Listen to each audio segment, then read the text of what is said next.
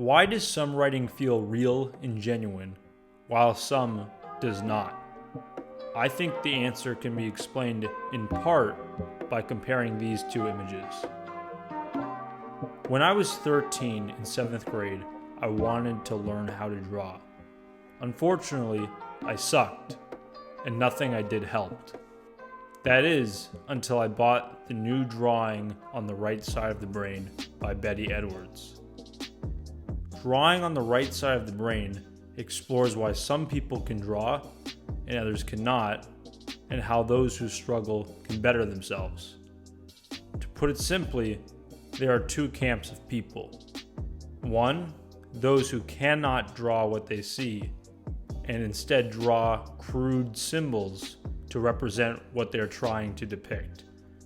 And number two, those who can draw what they see, and thus can portray reality. The new Drawing on the Right Side of the Brain teaches the reader to be able to draw what they see. In other words, to graduate from portraying the world through symbols and instead portray reality. Similarly, I think writers want to be able to portray reality rather than being stuck using weak language, which acts as a sort of flimsy symbol for what you're trying to depict through your writing. But how does this connect to the idea of show versus tell? When I learned that writers should show rather than tell, the concept confused me. It felt vague. The fact is, in literal terms, the writer is always telling the audience something. I am telling you what I wrote, and we're doing it right now. So instead, let's focus on writing something that feels real versus writing that feels flat, that is merely a symbol for what you are actually trying to depict. Here's a simple example. The detective walked in and was super angry at the prisoner. Let's focus on the words super angry here. We get an idea that this detective is angry. All of us can imagine a vague notion of this person, but do we get a crisp picture in our head? No. The words super angry are weak symbols for the image we want to create. In other words, we are telling the reader how to feel about this person. We are not drawing the full, detailed picture for them through our words. Let's compare it to a sentence that is more readily able to be visualized, that feels real. The detective ran into the gray interrogation room and slammed her fist against the table. "You bastard," she screamed as she cried. "You did it. You killed my sister." Doesn't that feel a little different? In this sentence, we have both description and action. Gray interrogation room. We've given the picture a setting in their head. Slammed her fist against the table. The character is moving, doing something. She screamed as she cried. We get hit with her emotion. Through our language, we've painted a picture. We've painted a reality in the reader's head. In other words, we are showing the reader that she's angry and upset. We don't need to tell the reader she's angry through a weak symbol like super angry.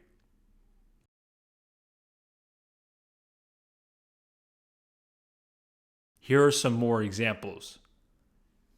The boy was sick and threw up on his shoes. The boy's face held a green hue as he shivered. Then he twitched, started to move, but he was too late. He opened his mouth and vomit fell all over his new Nikes. In the first example, we're telling the reader the boy's sick, and the word sick acts as a symbol, providing a weak representation in the reader's head rather than the drawing we actually want to make. In the second example, we've painted the picture in their head. We show them what we actually want to portray. One final example just to drill it in. The basketball player felt alive as he won the game. As the ball left his fingers and soared through the air, everything froze. His life before the moment became forgotten. 72-73. Nothing mattered more than this play, these 2 points. His heartbeat drowned out the crowd's roar. Then the buzzer rang, and the ball swished. 74-73. He fell to his knees and put his head in his lap and began to cry. He had won. Remember, symbolic representation versus actual portraying, telling versus showing.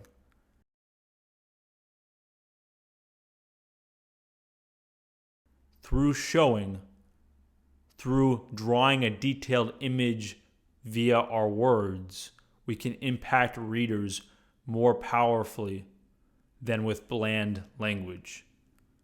However, you should be careful. Do we always want to show all the time? No, absolutely not. I'm a strong believer in this. Even in art, sometimes we want stick figures or simple symbols. They're easy to make and can often be enough to accomplish what the artist is trying to do. I read plenty of comics that are simple cartoon doodles, not all realized lifelike images. Likewise, sometimes the writer may want to write to tell, not always to show. There are countless examples of when you would want to tell rather than show. Maybe the detail in the story is minor or unimportant. He went to work, ... Do we really need to be shown how this character went to work? Do we need to be shown his commute? That'd probably be a pretty boring picture. Let's just leave it as a symbol for him going to work, this simple telling language, and be done with it. Or maybe, for pacing's sake, the reader just needs to know 4 hours passed by. Those 4 hours didn't matter. Or maybe you're writing for a younger audience, where very simple language is appropriate. Or maybe a character in your story is telling a story and they aren't exactly the most capable storyteller, so the fact that their story is more telling than showing is authentic to the character. There could be plenty of reasons why you'd rather want to tell than show, but you need to know what you're doing. That's the point. You want to be, as the writer, in control at all times. You want to know what you're trying to accomplish and how the words you're using will accomplish it. You are the artist who needs to decide how much you want to write to tell or to show, to symbolize or to portray reality. I quickly grew bored of drawing and instead opted to write more. However, I think drawing on the right side of the brain exposed me to how interconnected the arts can be. Like the drawer or painter, we want to be able to, at will, elevate our writing past a shallow, symbolic depiction of an emotion or an image or a mood, and instead be able to take a high-definition capture of our world in all its emotional depth. We want to be capable of showing rather than just telling. And the best part of writing is we can go beyond the image. Writing holds a unique magic. If our words are strong enough, well crafted enough, we can go beyond other art forms. We can go beyond simply painting that image in their head, even as great as that is. Instead, we can have our readers experience sensation. We can forge fear, courage, nervousness, or joy in their hearts and in their minds. We can take them on a journey through highs and lows and let their consciousness drive them to something so far beyond what we as writers could have ever imagined. All it takes is some squiggly lines that make letters, that make words, that make sentences, that make paragraphs, that make a scene, that make a story. And I think that's pretty special.